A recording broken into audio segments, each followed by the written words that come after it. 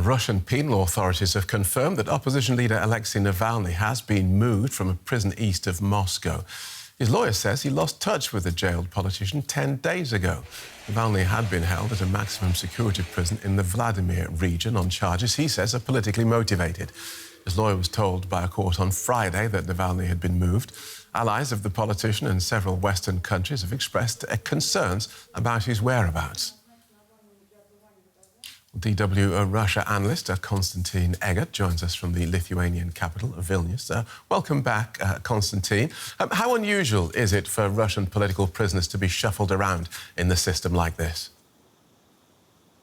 Oh, Phil, not unusual at all. And for someone like Navalny, this torture, because it is in fact torture, will be aggravated by by him being held incommunicado with his family and with his lawyers. So I think that this is a tradition dating back well over, decades, all the way back probably to Stalin, that prisoners are moved from one prison to another in a train, in a special carriage with very little comfort, and until they arrive at the final destination, and that is if Navalny is indeed moved, we may not know anything about them.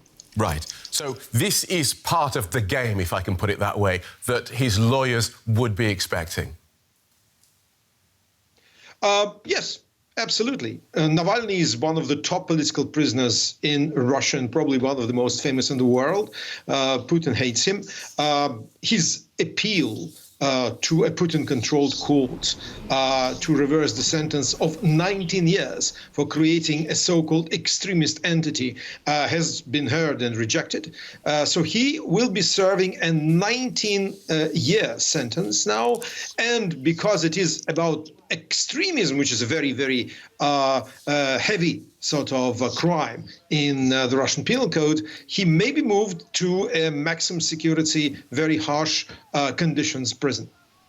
Now, of course, the Russian president revealed in the last few days that he's standing for re-election next year. Mr. Navalny's team has been running an anyone but Putin campaign. Perhaps you could tell us what they've been doing and whether the two events are in some way related.